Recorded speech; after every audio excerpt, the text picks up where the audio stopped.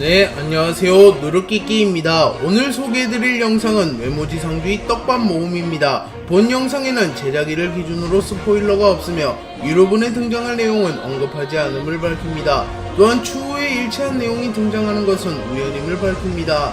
종건은 극진 공수도와 아이키도를 가장 잘 구사하며 자신의 주무기로 활용하는 경우가 많습니다. 그리고 아이키도는 언제 배웠는지 정확한 묘사가 없으며 구체적으로 어느 정도 수준으로 구사하는지 공개되지 않았습니다. 반면에 극진 공수도는 마가밀 류조에게 처음으로 배웠다는 것이 밝혀졌으며 현 시점에서는 1대 종사라는 위치에 올랐다는 것이 밝혀졌는데요. 종건은 과거 야마자키파 시절에 일본 전역을 돌아다니며 각종 무술을 습득했고 극진 공수도의 고수인 마가밀 류조를 찾아가 극진 공수도를 배워왔습니다.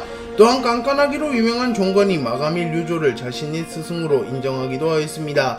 다만 종건은 이때 극진 공수도를 한 달만 수련했으며 마가밀 류조 피셜로 완벽히 마스터했다고는 하지만 성유한처럼 카피에 재능이 있는 것도 아니기에 한 달간 극진 공수도를 수련한 것만으로 1대 종사에 오르기는 무리로 보입니다. 또한 종건이 가장 애용하는 기술이 극진 공수도이기에 어쩌면 종건은 마가밀 류조에게 극진 공수를 배운 이후 극진이 자신과 딱 맞는 무술이라고 생각하여 마가밀 류조보다 훌륭한 스승을 찾아갔거나 독학을 통하여 1대 종사에 등극했을 가능성이 높습니다. 그렇게 추 종건의 또 다른 스승이 등장할 수도 있으며 그 스승은 마가밀 류조처럼 종건을 잠시 가르친 인물이 아니라 꽤 오랜 시간 종건을 가르쳤을 가능성도 있는 인물이기에 훗날 등장한 종건의 스승의 등장이 기대됩니다. 김감룡은 영세대를 통합한 전설의 주먹이자 이지훈과 함께 외모지상주의 세계관에 가장 큰 영향을 끼치던 인물이었습니다. 또한 김감룡은 무력도 매우 강한 인물이었기에 그의 아들 김기명은 단지 김감룡의 아들이라는 이유만으로 종건에게 인정을 받기도 하였습니다. 하지만 김기명은 아직 성장을 덜 끝냈으며 자신의 아버지만큼 강한 모습을 보이고 있진 않으며 아직 종건은커녕 자신의 세대에서도 가장 강해지지 못하였습니다. 그렇게 김감룡의 아들치곤 실망스럽다는 평을 듣기도 합니다. 그리고 김감룡은 아들이 한 명이 아니며 김기명을 제외한 또 다른 아들이 있었습니다. 그리고 그 인물은 김기명보다 나이가 7, 8살 정도 많았기에 김기명보다 더 성장했을 가능성이 높으며 전성기를 맞이하였을 가능성이 높습니다. 또한 김감룡의 또 다른 아들은 전투원일 가능성이 매우 높으며 동양인임에도 멕시코 카르텔의 보스가 되었다는 언급이 있기에 독자들은 최소 종건급의 강자로 추정하고 있으며 어쩌면 영세대 사원급의 강자일 수도 있다고 평가하고 있습니다. 그도 그럴 것이 김감룡의 피를 물려받았으면 하드웨어는 확실할 것이며 멕시코 카르텔의 보스가 되는 과정에서 수많은 경험을 했을 것이기 때문입니다. 또한 김감룡의 악랄한 부분과 닮았다는 언급도 있기에 전투 방식 또한 낭만을 추구하는 김기명보다 훨씬 잔인할 가능성이 높습니다. 다만 정황상 1세대의 인물인데 이지훈에게 밀려 전설이 되지 못한 것을 보면 한 세대의 전설급 강자는 아닌 것으로 추정되며 이지훈보다는 근소 여류였을 것으로 추정됩니다. 물론 자세한 전투력은 더 많은 정보가 풀려야만 알 수 있기는 합니다. 브렉닥은 태국 무에타이계의 전설과도 같은 인물이며 한국으로 온 이후에는 종건의 존경을 받는 모습과 외모지상주의의 주연 중 한 명인 바스코의 스승으로 활동하는 모습을 보이고 있기에 논외급 강자라는 평을 받으며 세계관 최강자급 인물 중 한 명으로 군림하고 있습니다. 그렇기에 브렉닥이 누군가에게 패배했다는 상상이 잘 가지 않습니다. 하지만 브렉닥은 비공식 경기에서 패배한 적이 있다고 본인이 시인하였으며 회상 당시의 장면을 보면 브렉닥은 피를 뒤집어 쓴 채로 절망하는 듯한 표정을 짓고 있습니다. 또한 브렉닥을 꺾은 천재는 뒷모습만 나왔으나 생채기도 거의 나지 않았으며 정석적인 무에타이 자세를 잡으며 여유로운 모습을 보이고 있었습니다. 그렇기에 이 인물의 자세한 전투력은 알 수 없으나 당시 브렉닥보다 우위였던 것은 사실이며 최소 종건을 상회하는 강자일 가능성이 높습니다. 또한 외모지상주의에서 가장 강한 국가로 추정되는 대한민국에서조차도 주먹세대가 시작된 이후 단 3명만이 카피라는 재능을 보유하였는데 브렉닥을 꺾은 천재도 카피를 소유한 인물이라는 것이 밝혀진 것을 보면 박태준 유니버스 정상급 천재일 가능성이 높습니다. 그리고 현재 브렉닥이 그 천재를 꺾을 파해법을 고안해냈으며 금지기술까지 발명했기에 현재로선 두 캐릭터의 승패를 가늠할 수는 없으나 모든 것을 따라하는 천재가 금지기술마저 카피해버린다면 브렉닥의 입장에서는 매우 절망적일 것입니다. 보통 어떠한 집단이든 주먹을 구실로 뭉친 집단인 경우 1인자가 가장 강하거나 1인자가 주먹이 아닌 경우에는 1인자를 보필하는 주먹이 가장 강한 경우가 많습니다. 그리고 이 법칙은 외모지상주의에도 적용이 되며 가똑의 최강자는 성요한, 호스텔의 최강자는 장현, 1회외의 최강자는 폰셔틀로 귀결됩니다. 그리고 빅딜의 최강자 역시 김기명으로 평가받고 있으며 현재까지의 행보만 보더라도 김기명이 빅딜의 최강자임은 부정할 수 없는 사실입니다. 하지만 권지태는 김기명의 앞에서 힘을 숨기는 해괴한 습관이 있으며 2인자이기에 1인자의 체면을 세워주어야 한다는 생각을 가진 인물이기에 김기명의 앞에서는 전력을 드러내지 않습니다. 또한 권지태는 과거 빅딜이 폐기될 위기에 처했을 당시에는 김기명보다 강한 모습을 보이며 종건을 막아섰으며 김기명이 소년교도소에 수감된 이후에는 타 4대 크루헤드 왕호춘 송유환과 대등한 듯한 모습을 보이기도 하였습니다. 또한 김기명이 호스텔을 돕기 위해 권지태를 지원 보낸 이후 권지태가 힘을 숨기고 있다는 것을 알고 있는 듯한 말을 하였으며 김 부장도 권지태의 힘을 보고 감탄하는 모습이 나왔기에 일부 독자들은 권지태가 김기명보다 강하나 2인자라는 이유로 김기명의 앞에서는 고의로 힘을 숨긴다고 말합니다. 그리고 작중에서도 여러가지 떡밥이 나오고 있는 상태이기에 만약 진짜로 권지태가 김기명보다 강하다면 권지태는 폰셔틀 박만덕과 비슷한 수준의 강자로 추측할 수 있으며 어쩌면 2세대의 현 최강자가 권지태일 가능성도 존재합니다. 물론 제 개인적인 생각으로는 경지를 획득한 김기명이라면 권지태에게 밀릴 가능성은 없어 보이며 이래면 3개월사 시절에 이미 무영석과의 대결만 보더라도 전력을 다한 권지태보다 김기명이 강했을 것으로 보입니다. 다만 과거에는 실제로 권지태가 더 강했을 가능성이 충분합니다. 준구는 매사 장난스러운 성격을 지니고 있으며 압도적인 무력을 지닌 인물이기에 상대방이 누구든지 간에 검을 쥐고 있지 않다면 진지하게 전투에 임하는 모습을 보이지 않습니다.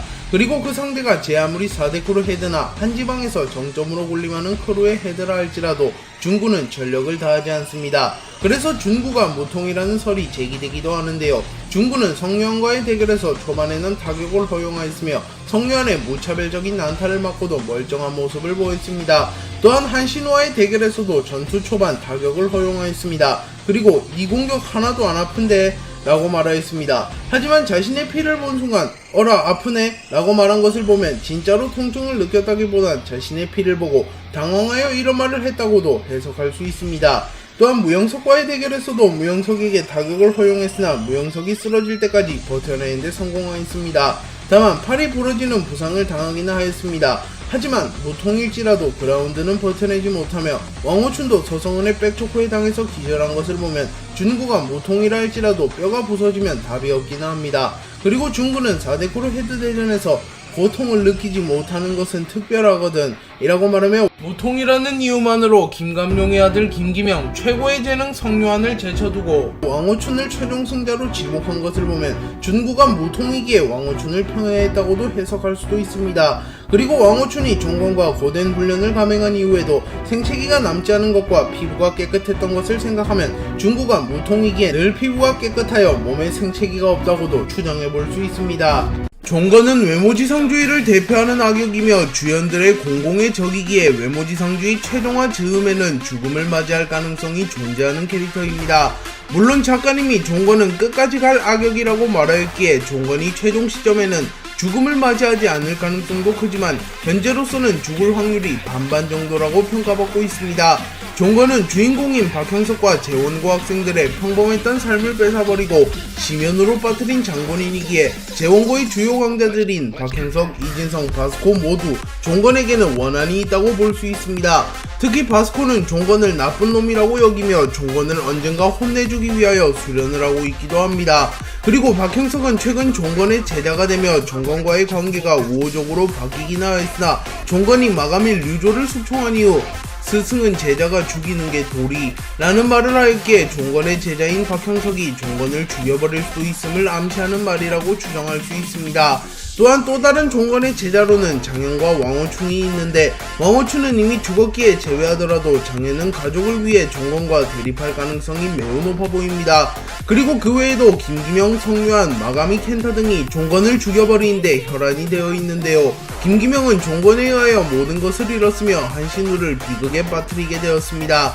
그리고 성유환 역시 종건을 만난 이후 크루 활동을 하며 평범했던 삶을 잃어버리게 되었습니다.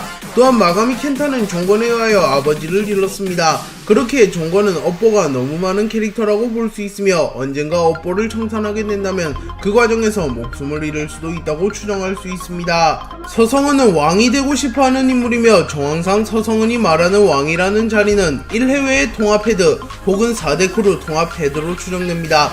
서성은은 왕이 되기 위하여 왕으로 가는 길이라는 계획을 세웠고 우선은 자신을 왕으로 만들어줄 인물을 포섭합니다. 그리고 현재까지 서성은이 포섭하고자 하는 인물은 4대 크루 헤드들인 성유한, 김기명, 장현, 왕호춘으로 나타났습니다. 그리고 왕호춘은 죽어버렸기에 자연스레 포섭 대상에서 빠지게 되었고 서성은은 자신과 가장 가까운 사이인 김기명을 우선 포섭하려 합니다. 서성은과 김기명은 1회회 3개월사에서 만나게 되었고 두 캐릭터는 힘을 합쳐 무용석과 싸웁니다. 그리고 이후 두 캐릭터는 잠시 만남을 가졌고 김기명에게 한신우가 있었던 공간을 보여주고 한신우를 찾는데 협조하겠다고 말하며 김기명에게 자신이 왕이 되는 것을 도와달라고 말하며 두 캐릭터의 동맹은 체결된 것으로 보였습니다. 그리고 이후 서성은은 정상회담에서 장현과의 싸움 도중 장현과 긴밀한 대화를 나눴고 이때 장현을 포섭하려는 시도를 하였습니다. 그리고 이 움직임을 유진도 간파하였기에 유진도 서성은을 경계하고 있을 가능성이 높아 보입니다. 그리고 1회회 2개월사 편이 시작된 이후에는 아직까지는 서성은이 별다른 스탠스를 취하지 않고 있으며 왕이 되기보다는 유진에게 충성하고 있는 모습을 보였기에 서성은이 힘을 숨기고 있는 건지 기회를 포착하고 있는 건지 유진에게 충성하기로 결심한지는 알 수 없으나 서성은이 왕이 되고자 하는 목표를 쉽게 버릴 인물은 아닌 것으로 보이기에 조만간 어떠한 움직임이 있을 것으로 추정됩니다.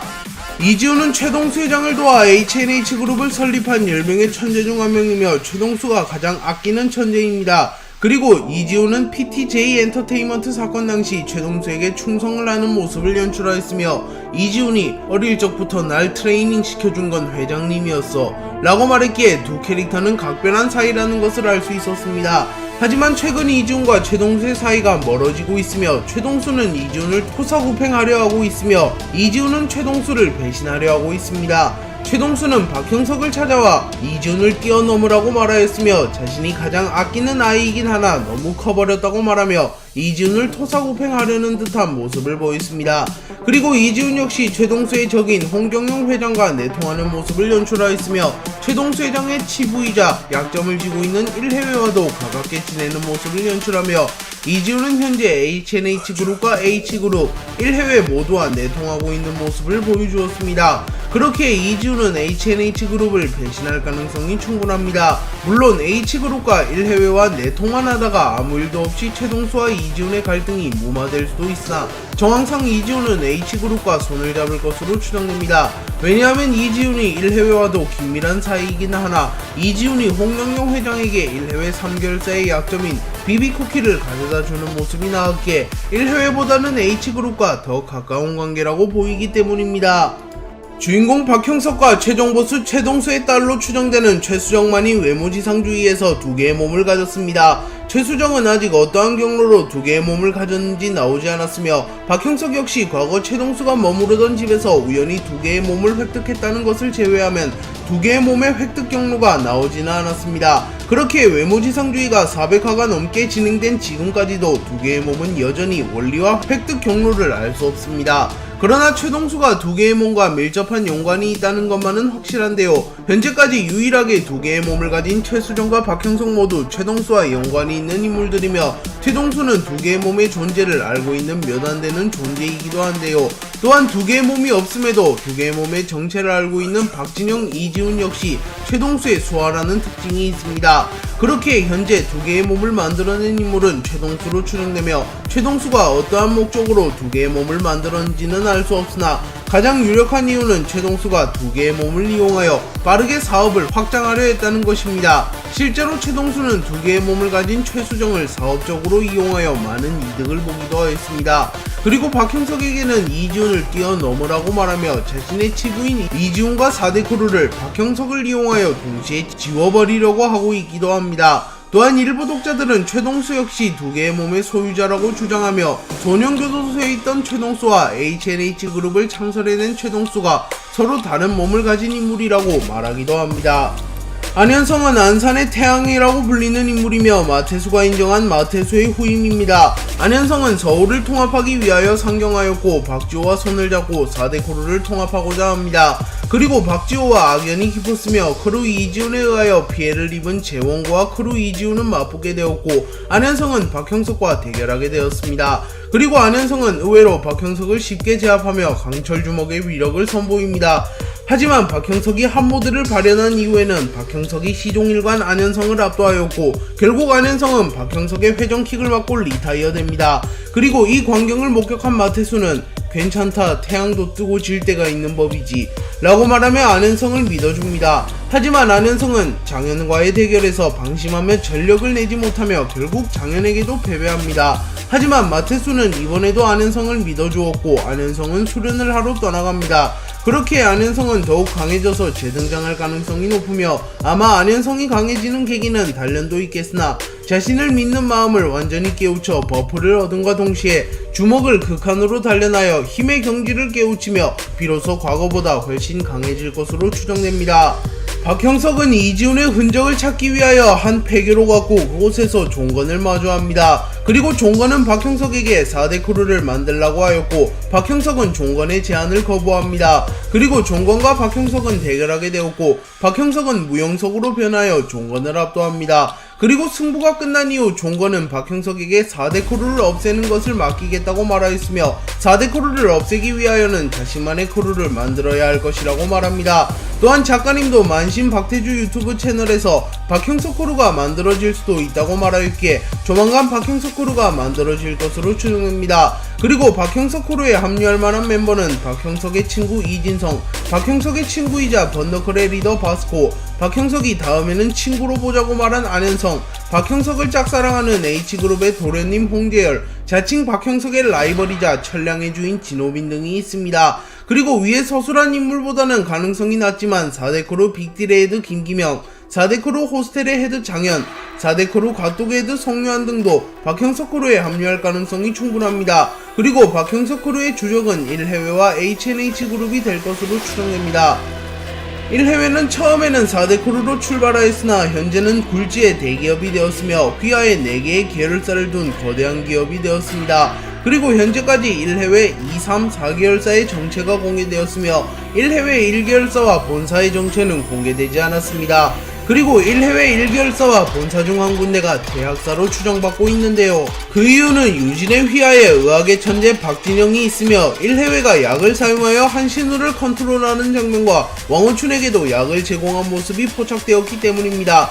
그리고 1해외 본사는 아무래도 유진이 머무르는 살인 명문 중고등학교일 가능성이 높아 보이기에 1해외 1계열사는 제약사, 1해외 본사는 살인 명문 중고등학교로도 추정할 수 있습니다. 그리고 유진은 살인 명문 중고등학교를 통하여 표면적으로는 국내에서 손꼽히는 명문 중고등학교를 이용하여 학교 운영비 등을 거두어 돈을 마련할 것이며 음지에서는 성적 조작, 고액 과외 등을 통하여 돈을 벌어들인과 동시에 권력이 있고 재력이 높은 집안의 자제들이나 고위 공무원, 재벌 등과 교류하며 인맥을 넓힐 것으로 추정됩니다. 유진의 살인 명문 중고등학교는 강남에 위치하였으며 강남은 한국에서 가장 학구열이 높은 지역이며 사회적 지위가 높은 사람들이 많이 거주하는 지역이기에 불가능한 이야기는 아닐 것입니다. 현재까지 나온 살인 명문 중고등학교의 자제들만 보더라도 대형 병원장의 딸 봄이, 대한민국의 차관의 아들 지현우가 있습니다. 그렇게 유진의 학교는 소위 말하는 엘리트들의 자제들이 많이 있을 것으로 추정됩니다.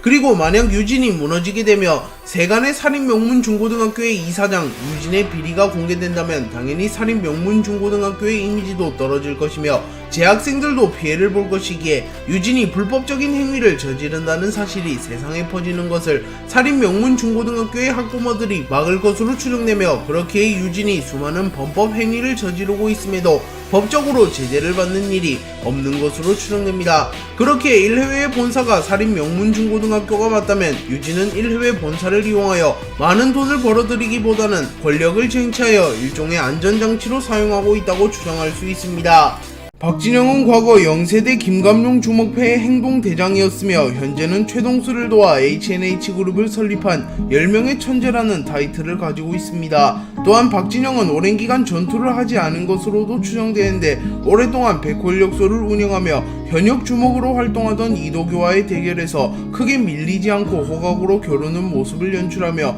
전투력이 여전히 출중함을 입증하였습니다. 그리고 박진영은 영일 세대의 인물 중 유일하게 카피를 사용할 수 있는 인물이었으며 싸움의 천재라고 불리운 이도규조차도 부러워하는 재능을 소유했던 인물로 알려져 있습니다. 그렇게 이러한 설정이 공개된 이후에는 박진영과 마찬가지로 카피를 가지고 있는 박형석과 성유한이 박진영의 아들이라는 설이 제기되고 있습니다. 그리고 현재로선 박진영이 박형석의 아버지일 가능성이 가장 높아 보이며 성씨까지 동일한 것을 보면 박진영이 박형석의 아버지일 가능성이 충분해 보입니다. 또한 박진영은 젊은 시절 굉장한 미남이었으며 노쇠한 이후에도 박형석과 얼굴이 유사한 모습을 보이며 박진영이 박형석의 아버지라는 설이 더욱 신뢰를 얻고 있습니다. 그리고 또 다른 설은 박진영의 아버지가 성유한이라는 설입니다. 종거는 영세대 인물들이 책임없는 쾌락을 많이 즐겼다고 언급했기에 박진영 역시 책임없는 쾌락을 즐겼을 가능성이 높으며 그 과정에서 성유한이 태어났을 수도 있습니다. 실제로 성유한은 작중에서 어머니는 수차례 모습을 드러냈으나 아버지는 단 한 번도 모습을 드러내지 않았습니다. 또한 박진영과 성유한의 성씨가 다른 이유는 박진영이 모종의 이유로 이름을 개명했을 수도 있으며 신분 세탁을 했기에 성유한과 성씨가 다르다고도 추정해 볼 수 있습니다. 그리고 만약 박진영이 신분 세탁을 했더라면 최동수가 이를 도왔을 가능성이 높습니다. 왜냐하면 박진영은 최동수를 도와 H&H그룹을 설립한 천재이기에 최동수와 밀접한 관계일 것이며 최동수는 이지훈이 신분 세탁하는 것을 도와준 적이 있기에 최동수가 박진영이 신분 세탁하는 것을 도와줬을 가능성이 높습니다. 아직까진 박진영이 아들이 있는지도 박형석과 성유한이 아들이라는 근거가 나오지 않았음에도 오직 카피와 외모 때문에 성유한과 박형석의 아버지라는 설이 제기되는 것을 보면 카피가 얼마나 대단한 재능인지 간접적으로 알 수 있습니다. 준구는 최동수와 함께 H&H그룹을 설립한 10명의 천재 중 한 명이며 4대 크루를 관리하고 지방을 돌아다니며 수금을 하며 최동수의 사업 자금을 마련해 주었습니다. 또한 오랜 기간 최동수의 경호를 맡기도 한 인물이기에 준구는 그야말로 최동수의 충신이라고 볼 수 있습니다. 하지만 최근 준구는 모종의 이유로 최동수를 배신하려 하고 있다는 정황이 드러나고 있으며 최동수도 이를 어느 정도 눈치챈 듯한 모습을 보이고 있습니다. 준구는 최동수에게 유진을 추천해준 인물이며 현재 유진은 최동수에게 가장 위협적인 세력이 되었습니다. 그렇게 어쩌면 준구가 최동수를 배신하는 것은 오래전부터 계획되어 왔던 일이라고도 추정할 수 있습니다. 다만 오랜 기간 최동수의 명령을 따랐다는 점과 성유한이 최동수를 찾아오자 야 짭퉁맨 여기가 어디라고 찾아와 사업 망칠 일이라도 있어 라고 말하며 분노하는 모습을 보였기에 그 당시까지만 하더라도 준구와 최동수의 관계는 원만했을 것으로 보입니다. 그렇게 준구가 최동수를 배신하기로 결정한 시기는 생각보다 최근일 것으로 추정되며 그 시기는 1해외가 최동수에 준하는 대기업이 되었을 때로 추정됩니다. 준구는 과거부터 돈을 매우 좋아하는 인물로 나왔기에 1해외가 없는 채로 최동수를 배신하게 된다면 앞으로는 큰 돈을 벌 수 없다는 점도 근거로 볼 수 있습니다. 그리고 준구는 김기명에게 조만간 큰 전쟁이 일어난다고 말하였으며 유진도 정상회담을 개최하며 조만간 최동수와 전쟁을 치른다고 말하였기에 준구와 유진이 말한 이 전쟁이 H&H그룹과 1해외의 전쟁으로 추정됩니다. 그리고 준구는 이 전쟁에서 공식적으로 1해외의 편에 합류하고 H&H그룹을 배신할 것으로 보입니다. 유진은 단기간에 1해외라는 기업을 만들어낸 인물이며 현재 최동수의 약점까지 쥐고 있는 인물입니다. 또한 자신의 휘하에는 2세대의 최강자라고 불리며 종건과 준구에 비견되는 강자들인 폰셔틀과 박만덕까지 두고 있는 인물입니다. 그렇기에 독자들은 유진의 파격적인 행보를 보고 유진의 과거를 매우 궁금해하고 있으며 유진이 어떻게 1해외를 설립하였으며 폰셔틀과 박만덕 같은 친구를 만났는지에 대하여 온갖 추측이 난무하고 있습니다. 그리고 유진은 최동수를 도와 H&H그룹을 설립한 10명의 천재들 중 한 명으로 추정되며 최동수를 도운 10명의 천재들은 한 분야에서 두각을 드러내며 정점에 오를 만큼 뛰어난 모습을 보여준다는 특징이 있기에 유진이 사업과 관련된 천재라면 1해외라는 기업을 단기간에 일궈낸 것이 이해가 되며 당시 돈이 급했던 최동수가 준구의 추천만을 듣고 유진과 협업을 했던 것이 설명됩니다. 그리고 실제로 최동수는 유진에게 이 친구 대단하구만 이라고 말하며 유진이 1회회 설립 계획을 말해주자 감탄하는 모습을 연출하기도 하였습니다. 그렇게 유진은 사업의 천재일 가능성이 높으며 사업적인 감각이 매우 뛰어났기에 단기간에 1회회라는 거대 기업을 일궈내는 데 성공한 것으로 추정됩니다. 그리고 유진, 폰셔틀, 박만덕의 관계는 아직 정확하게 나타나지 않았으나 유진이 박만덕과 폰셔틀을 친구라고 지칭하는 것을 보면 이들은 오래전부터 가깝게 지냈던 사이였을 가능성이 커 보입니다. 왕우추는 그토록 만나고 싶어했던 장현을 만난 이후 장현 호스텔과 일기토를 벌였고 자신이 과거 장현에게 느꼈던 감정이 공포가 아니라 혜은이에 대한 죄책감이라는 것을 깨닫습니다. 그리고 결국 왕우추는 자신의 잘못을 반성하며 호스텔 멤버들 앞에서 투신 자살을 하였고 예나는 하고 싶은 거 시켜 라는 유언을 한 이후 사망합니다. 그리고 장례식까지 치루었기에 왕우춘이 사망한 것은 분명해 보였습니다. 하지만 왕우춘의 죽음에도 석연치 않은 부분이 여러 존재하는데요. 우선 왕우춘은 무통각증 환자이기에 통증을 전혀 입지 않는 캐릭터입니다. 그렇게 왕우춘은 최완석에게 인간의 약점을 수없이 강타당하고 장현에게 무수히 많은 타격을 허용하고도 멀쩡한 모습을 보였으며 버스에 치인 이후에도 쉽게 버텨내는 모습을 보였습니다. 하지만 그런 왕우춘이 고작 2층 건물에서 떨어져서 사망했다는 게 조금은 의심스럽습니다. 그리고 왕우춘의 최측근이었던 곽청호와 팽진양 역시 왕우춘의 죽음에 의문을 표했으며 1회회에 잠입하여 왕우춘의 죽음과 관한 정보를 캐고 있는 것을 보면 어쩌면 왕우춘이 죽지 않았을 가능성도 있으며 왕우춘의 죽음과 1회회가 연관되어 있을 가능성이 높습니다. 실제로 1회회 정도 되는 기업이면 충분히 왕우춘의 죽음을 조작할 수 있는 능력이 있으며 왕우춘이 과거부터 1회회에서 만든 의문의 약을 복용하는 장면이 있기에 독자들의 의심은 더욱 커져만 가고 있습니다. 외모지상주의 세계관의 주먹 세대는 0, 1, 2세대로 나뉘며 1세대는 그 중에서도 가장 잔혹했던 세대로 불리고 있습니다. 그리고 1세대에는 각 지방을 지배했던 지방의 왕들이 존재했으며 아직 극소수의 왕들만이 공개되었으나 개개인이 4데크로 헤드들을 상회하는 전투력을 선보이며 1세대 왕들에 대한 기대감이 커졌습니다. 그리고 이지훈과 마태수의 대결에서 1세대 왕으로 추정되는 5명의 실루엣이 공개되었고 이들은 왕들 중에서 가장 강한 왕들로 추정됩니다. 그리고 현재까지 공개된 1세대 왕은 안산의 왕 마태수, 대구의 왕 지공섭, 수원의 왕 왕석부가 있습니다. 그리고 이들 모두 신체 부위가 훼손되어 있다는 특징이 있으며 신체 부위가 훼손된 이유는 이지훈의 소행으로 추정되고 있습니다.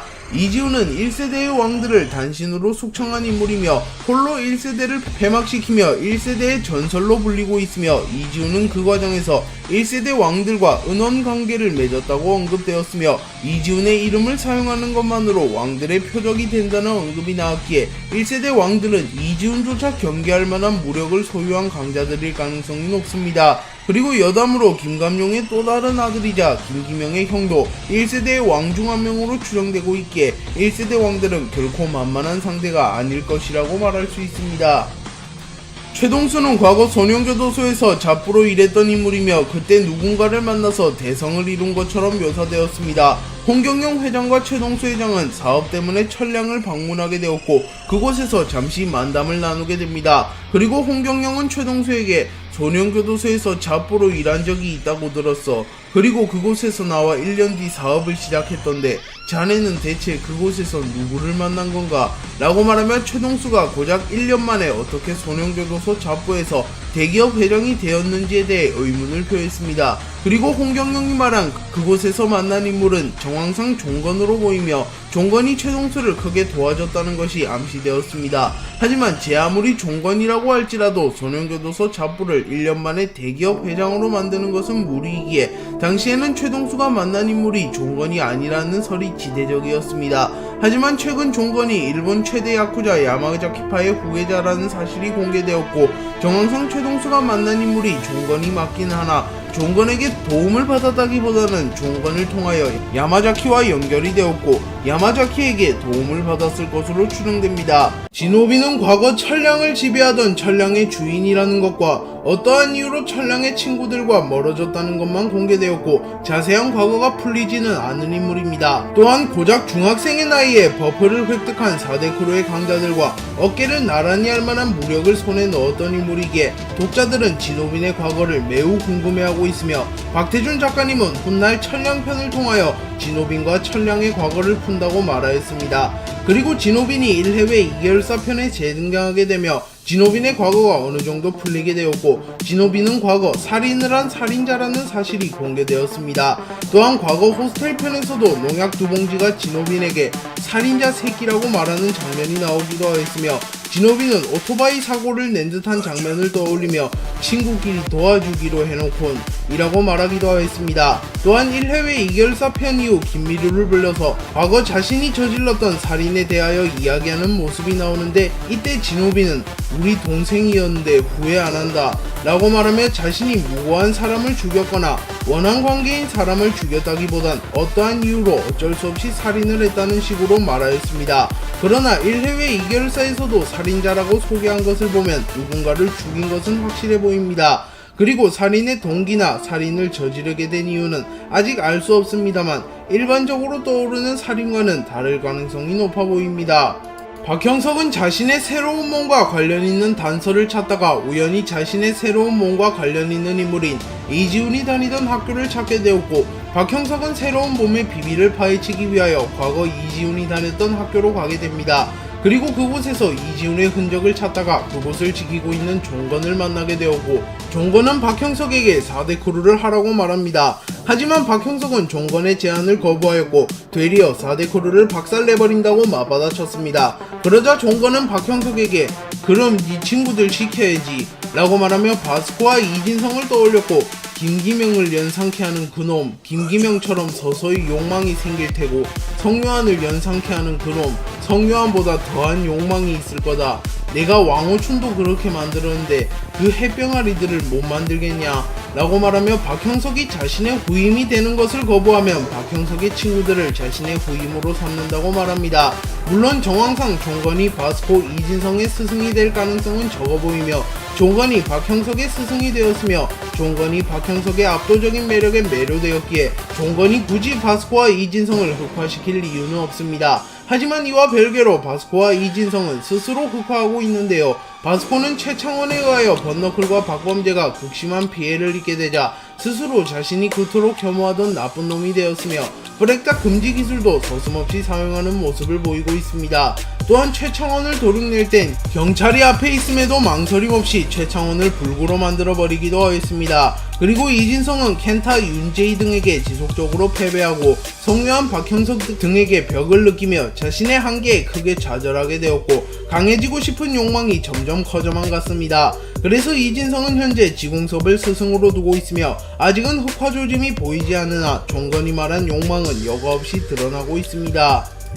최동수와 홍경영은 천량 사업 문제로 천량을 방문하게 되었고 그곳에서 만나 대화를 나눕니다. 그리고 홍경영은 최동수에게 슈퍼주인 노가다나 하던 밥버러지가 자네 소년교도소에서 도대체 누굴 만난 건가? 라고 말하면 최동수가 아무런 미천이 없었음에도 단기간에 자신과 어깨를 나란히 할 정도로 급성장을 일으켜내자 의문을 제기하는 모습을 보였습니다. 그리고 이 해답은 최동수가 만난 인물은 종건으로 추정되며 종건에게 최동수는 큰 도움을 받은 것으로 보입니다. 그리고 유진은 최동수를 도와 H&H그룹을 설립한 10명의 천재들 그들의 도움이 컸어 라고 말하면 최동수가 H&H그룹을 설립한 데는 자신의 공도 있으나 10명의 천재들의 도움이 컸다고 말합니다. 그렇게 10명의 천재들은 자신의 분야에서 가장 높은 곳에 오른 인물이라고 봐도 무방하며 어쩌면 외모지상주의에서 작품 내에서 끼치는 영향력이 가장 큰 인물로 구성되어 있을 가능성이 높으며 개개인이 매우 핵심적인 역할을 할 인물들로 추정됩니다. 그리고 현재까지 공개된 10명의 천재는 싸움의 천재 이도규, 육성의 천재 종건, 해킹의 천재 코우지, 의학의 천재 박진영이 있으며 그 외에도 준구, 최수정, 이지훈이 10명의 천재로 밝혀졌습니다. 그리고 유진은 아직 10명의 천재라는 확답이 있진 않으나 정황상 10명의 천재일 가능성이 높아 보입니다. 그렇게 현재까지 유진을 포함하면 총 8명의 천재들이 공개되었기에 아직 2명의 천재들이 공개되지 않았습니다. 그리고 이들이 훗날 등장하여 외모지상주의의 지각 변동을 일으킬 가능성이 높아 보입니다. 외모지상주의 주목세대는 0, 1, 2세대로 나뉩니다. 그리고 0세대를 대표하는 인물은 김감용, 부두목, 박진영, 이도규입니다. 또한 0세대 사왕이라고 불리는 김감용 중학패의 핵심 전력들의 사진이 공개되었을 때도 김감용, 구두목, 박진영, 이도규의 사진만이 공개되었습니다. 그렇게 권백호는 영세대의 주요 인물로는 불리지 않고 있습니다.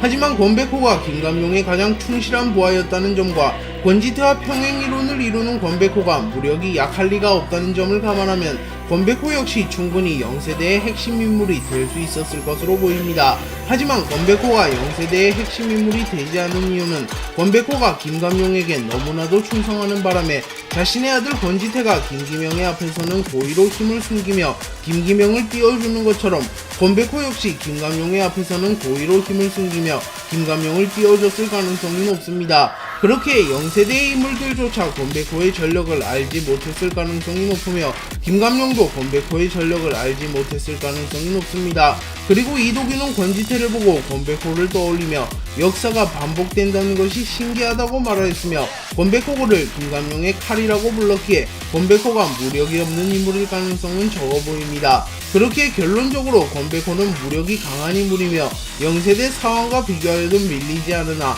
김감용의 앞에서 힘을 숨기고 김감용보다 빛나지 않기 위하여 스스로 영세대의 핵심 인물이 되기를 포기한 것으로 추정됩니다. 그리고 권백호와 백호일력소도 연관이 있다는 설이 제기되고 있기도 하며 백호일력소의 실세가 권백호라는 설이 제기되고 있기도 합니다. 물론 아직까지 이 설은 근거가 너무 빈약하긴 합니다만 가능성이 전혀 없는 것은 아니기에 조금 더 지켜보면 재미있을 것 같습니다. 외모지상주의 주먹세대 중 평균적으로 주먹들의 강함이 가장 높은 세대는 단연코 영세대입니다. 영세대 김감용 주먹회의 심부름꾼인 최민식은 고작 심부름꾼임에도 불구하고 최소 1000번이 넘는 혈투를 벌였으며 노쇠하고 체력이 떨어진 이후에도 잠시나마 최원석을 압도하였으며 1회회 2결사의 서커스의 우승자로 지목받았습니다. 그렇게 심부름꾼도 이 정도인데 김감용 측근인 또 사장은 도대체 얼마나 강하냐는 설이 제기되고 있으며 일부 독자들은 진지하게 또 사장이 4대꾸로 헤드급 강자일 수도 있다고 말합니다. 또 사장은 김감용이 정치에 입문했을 때도 거의 맨 앞에서 김감용과 함께 유세를 하던 충신이며 김기명이 알고 있을 정도로 김감용과 자주 동행하던 인물입니다. 그렇기에 또 사장이 김감용의 측근이라는 것은 부정할 수 없는 사실이며 어쩌면 전투력이 존재하는 인물일 가능성도 존재합니다. 그리고 칼에 찔려도 충격을 받지 않는 김기명이 또 사장에게 뺨을 맞은 이후에는 충격을 받는 묘사가 나왔기에 실제로 또 사장은 펀치력만큼은 은근 강한 인물입니다. 보통 만화나 웹툰에는 작가님들이 의도하여 넣어놓는 이스터에그들이 존재하며 이 이스터에그들은 작중에 영향을 끼치지 않으며 일부 독자들만이 발견하는 경우가 일반적입니다. 대표적인 예시로 원피스에 팬더맨이 있으며 팬더맨은 밀짚모자 일당이 있는 곳이든 해군이 있는 곳이든 사왕이 있는 곳이든 어디서든 모습을 드러냅니다. 물론 작품에 직접적인 영향을 끼치진 않습니다. 그리고 외모지상주의에도 이스터에그가 여러 존재하며 편덕화와 진호빈의 랩 가사를 살펴보면 작가님이 독자들에게 전하는 메시지가 있습니다. 그리고 일명 다급자 큰일맨이라고 불렸던 인물도 외모지상주의의 대표적인 이스터에그 중 하나로 이 인물은 그 어느 곳에서도 다급하게 소식을 알려주는 역할을 수행하며 호스텔 1회회, 백호일력소, 클럽 비비 등 여러 곳에서 모습을 드러내고 있습니다. 또한 퀘스트 지상주의에서도 모습을 드러냈고 큰일맨이라는 공식적인 별명이 부여되며 이 캐릭터는 박태준 유니버스를 대표하는 이스터에그가 되었습니다. 그리고 일부 독자들은 큰일맨의 활약을 기대하기도 하나 큰일맨은 타 웹툰에도 등장하며 장소와 시간을 가리지 않고 무분별하게 등장하였기에 작품에 크게 개입하게 된다면 작품성이 하락하고 개연성이 없어질 가능성이 매우 높기에 작가님이 이 캐릭터에게 중대한 역할을 부여할 가능성은 없어 보입니다. 박지호는 홍두표와 백도어 잔당의 도움을 받아 소년교도소에서 탈옥하는 데 성공하였고 안산퍼블릭과 손을 잡아 크루 이지훈을 만든 뒤 서울을 통합할 계획을 세웁니다. 그리고 이 소식은 1회회와 유진에게도 들어가게 되었고 유진은 이지훈에게 자신들이 크루 이지훈을 쓸어버리겠다고 말합니다. 그러나 이지훈은 이번만큼은 자신이 나선다고 말하였고 이지훈은 곧바로 크루 이지훈이 있는 건물로 출발합니다. 한편 윤재인은 크루 이지훈에 합류한 이후 강동에서 가출한 여자들을 데려오기 위하여 강동으로 갔고 그곳에서 응구와 탱구와 싸우게 되었습니다. 그리고 윤재인은 압도적인 실력 차이를 보여주며 응구와 탱구를 참교육했고 분노한 장현은 가출팸으로 위장하여 크루 이지훈의 본거지로 가려 합니다. 하지만 분노를 삭히지 못한 장현은 결국 박형석이 반대하여 윤재인을 따라가지 못하였고 결국 홀로 남겨집니다. 그러나 장현은 혼자서라도 가려고 하였고 출발하려는 뉘앙스를 풍깁니다. 그리고 그때 크루 이지훈을 잡기 위해 나타난 이지훈이 나타났고 이지훈은 장현에게 가지 말죠 라고 말하며 장현을 막아섰고 장현은 누구? 라고 질문합니다. 그리고 이지훈은 글쎄 판이 커지면 곤란한 사람이랄까 라고 말하자 장현은 뭐야 당신도 퍼블릭과 한패야?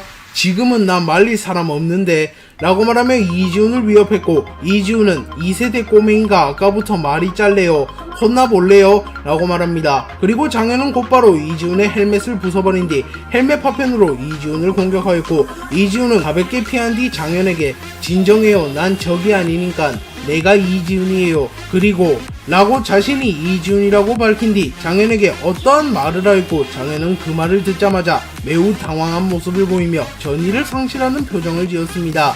그리고 이지훈은 그 이후 당신도 그렇게 되긴 싫겠지 움직여도 좋아요 뒷일을 감당할 수 있으면 이라고 말하며 협박을 한 것 같은 뉘앙스를 풍기기도 하였습니다. 또한 장현은 이지훈이 곧바로 떠나가자 도대체 당신은? 이라고 말하기도 하였습니다. 그렇게 독자들은 이지훈이 무슨 말을 했길래 자신의 가족이 위해를 입은 상황에서도 곧바로 전의를 상실했으며 분노한 이후에는 눈에 뵈는 게 없는 장현의 분노가 사그라들었는지 매우 궁금해하고 있습니다. 그리고 독자들은 이지훈이 장현한테 한 말을 주장하고 있으며 현재까지 이도규의 손을 자른 건 저예요. 당신도 그렇게 되긴 싫겠지. 지금 퍼블릭을 공격하면 1해외가 호스텔을 노릴 거예요. 지금 퍼블릭을 공격하면 당신은 저한테 죽어요. 지금 당신이 나서면 4대 크루 간에 큰 전쟁이 일어날 거예요. 날 믿고 집으로 돌아가세요. 거부한다면 당신을 죽일 수밖에 없어요. 등의 추측이 나온 상태입니다. 외모지상주의 극초창기에는 재원고등학교에서 스토리가 진행되는 경우가 많았기에 재원고등학교의 선배들도 간간히 등장했습니다. 그리고 패션과의 대표적인 선배들로는 마초일과 지대공이 있으며 이들은 분량이 많은 캐릭터들은 아니었습니다. 하지만 마초일은 바스코와 박형석 싸움 도중에 난입하여 메이웨더를 방불케 하는 숄더롤을 보여주며 순식간에 박형석과 바스코의 싸움을 중지하는 모습을 보여주었고 이 장면 하나만으로 200화 이상 재등장이 없었으나 외모지상주의 팬들 사이에서는 크게 화두되던 인물이었습니다. 그리고 1세대의 왕 마테수가 등장한 이후 마초일과 마테수가 성씨가 같았기에 일부 독자들은 마테수의 동생이 마초일이라는 설을 제기했습니다. 물론 성씨가 같다고 가족일 가능성은 매우 적으나 마씨가 흔한 성씨는 아니라는 점과 외모지상주의 특성상 등장했던 캐릭터가 다시 등장하는 경우가 많다는 점, 마초일과 마테수의 헤어스타일이 유사하다는 점을 감안하면 그렇게 터무니없는 소리는 아니었습니다. 그리고 얼마 뒤 이진성이 켄타에게 패배한 이후 마초일과 지대공이 다시 등장하게 되었고 마초일이 과거 이름을 날렸던 강자라는 것과 마초일 지대공이 1세대의 왕 중 한 명인 지공석과도 아는 관계이며 지공석도 마테수와 밀접한 관계라는 것이 드러나며 이들이 형제이거나 사촌 관계일 가능성이 높다는 설이 다시 한번 제기되기 시작했습니다. 그리고 지대공과 지공석도 성씨가 같으며 지대공과 마초일이 같이 다니는 점을 감안하면 지공석과 지대공도 형제일 가능성이 충분해 보입니다. 1해외는 4대 크루 중 가장 거대한 크루이며 타 크루와는 격이 다른 규모를 자랑하는 크루입니다. 그리고 1해외는 크루라기보다는 사실상 기업에 가깝기에 자회사의 계열사도 여럿 보유하고 있는데요. 그리고 현재까지 1해외 2, 3, 4계열사가 공개되었으며 1해외 1계열사도 존재한다고 암시되었습니다. 현재까지 나온 1해외 2, 3, 4계열사의 공통점을 살펴보면 각 계열사마다 계열사를 대표하는 강자가 있다는 점, 계열사의 대표를 보좌하는 강력한 추가 전력이 있다는 점, 각 계열사마다 양지와 음지가 공존한다는 점, 각 계열사의 사장은 전투력이 없다는 점이 있습니다. 그리고 1해외 1, 2계열사는 3, 4계열사에 비하여 전력이 더 강하며 벌어들이는 수입도 더 많다고 언급되었기에 1해외 1계열사는 최소 1해외 2계열사급의 스케일을 자랑할 것으로 보입니다. 또한 4계열사의 주요 인물들이 한국인, 3계열사의 주요 인물들이 중국인, 2계열사의 주요 인물들이 일본인이기에 1해외 1계열사의 주요 인물들은 한국인이기보다는 외국인일 가능성이 높다고 추정되고 있으며 계열사의 숫자가 적어질수록 비교적 경제력이 높은 나라가 됨을 감안하면 1해외 1계열사의 주요 인물들은 미국인이 될 가능성이 높아 보입니다. 그리고 1해외 1계열사의 사업체는 제약사, 학교로 추정되어 왔으나 최근 1해외의 약을 지원해주는 의사의 정체가 의학의 천재 박진영님이 공개된 이후에는 1해외 1계열사가 제약사일 가능성은 적어 보이며 현재로선 학교일 가능성이 가장 높아 보입니다. 그리고 이 학교는 평범한 학교일 리는 없으며 유진이 몸담고 있는 사립명문중고등학교로 추정됩니다. 사립명문중고등학교는 강남에 위치한 명문고등학교이며 대한민국에서 제일 가는 명문고등학교로 묘사되고 있습니다. 그리고 대한민국에서 강남이 학구열이 가장 높은 지역으로 익히 알려져 있으며 재력이 뛰어난 인물들이 강남에 많이 머무르고 있기에 1해외 1계열사가 강남 일대의 학교와 학원 등을 꽉 잡고 있다면 충분히 큰 돈을 벌어올 수 있으며 성적 조작, 부정 입학, 고액 과외 등을 통하여 음지에서도 많은 돈을 얻을 수 있습니다. 또한 자신들을 통하여 불법적인 행위를 저지른 고위 공무원, 재벌 등을 협박하여 돈과 권력을 동시에 쟁취할 수 있기에 1해외 1계열사의 정체가 강남의 학군을 휘어잡은 곳일 가능성이 충분합니다. 김감룡은 영세대의 전설로 불리우는 인물이며 박태준 유니버스 최강자 중 한 명으로 평가받는 인물입니다. 그렇기에 김감룡은 전성기 시절은 말할 필요도 없으며 늙은 시점에서도 최소 4대크루 헤드를 상회하는 강자로 평가받고 있습니다. 그리고 4대크루 헤드급의 강자만 되더라도 인간을 초월한 스피드를 보여주는 경우가 허다하며 총을 피할 정도의 초인들이라는 평을 듣습니다. 또한 자신의 동료였던 이도규만 보더라도 나이가 들고 손이 잘렸음에도 불구하고 여전히 종건과 중급급의 퍼포먼스를 보여주고 있습니다. 하지만 김감룡은 선거 유세를 할 때 날아오는 계란을 피하지 못하였고 반응할 틈도 없이 얼굴에 유효타를 허용했습니다. 그리고 김감룡이 허허 나도 늙었나 보군 이런 거 하나 못 피하고 라고 말하며 자신이 늙었기에 계란을 못 피했다고 시인합니다. 물론 정황상으로나 전개상으로나 김감룡이 계란을 못 피한 이유는 계란이 날아올 것이라는 상상을 하지 못한 상태에서 갑자기 계란이 날아왔기에 정타를 허용한 것으로 보입니다. 하지만 이러한 사소한 장면조차 떡밥일 가능성이 있으며 많은 독자들이 재미로라도 이 떡밥을 분석하는 경우가 많습니다. 그렇기에 이 이후에 나오는 이야기는 재미로만 봐주시면 감사하겠습니다.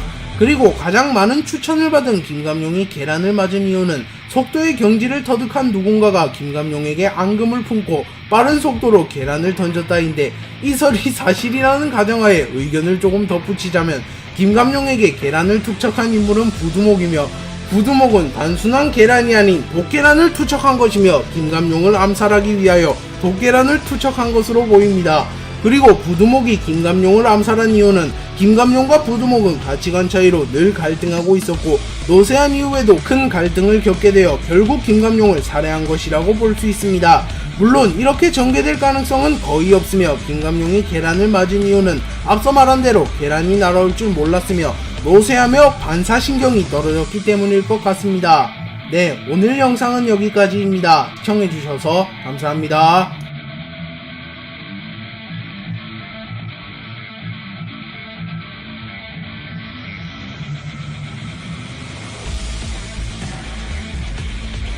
이도규는 외모지상주의 세계관의 최상위권 강자이며 맷집만 놓고 보면 현재까지 등장한 인물들 중 독보적인 만큼 맷집이 뛰어난 인물입니다. 또한 박태준 작가님 피셜로 세계관 최강자급 라인이라는 것이 밝혀진 인물이기도 합니다. 그리고 자신보다 강할 것으로 보인 자신의 동료들이 현재는 사망하였거나 늙어버렸기에 실질적으로 이도규를 건드릴 수 있는 사람은 전 세계에서 극소수입니다. 하지만 이러한 이도규도 어떠한 사건으로 인하여 팔 하나를 잃게 되었으며 의수를 착용하게 되었습니다. 이도규와 최동수 회장을 만났을 때와 최동수 회장과 함께 H&H그룹 설립 회의를 할 때만 하더라도 이도규는 팔이 멀쩡하게 붙어 있었습니다. 그렇게 이도규가 팔을 잃은 시점은 최소 3년이 안 됐다는 것을 알 수 있습니다. 그리고 이도규는 맞다 이쪽 팔은 안 접어지지 라고 말하는 장면이 나왔기에 팔을 잃은 지 얼마 되지 않은 것은 확실해 보입니다.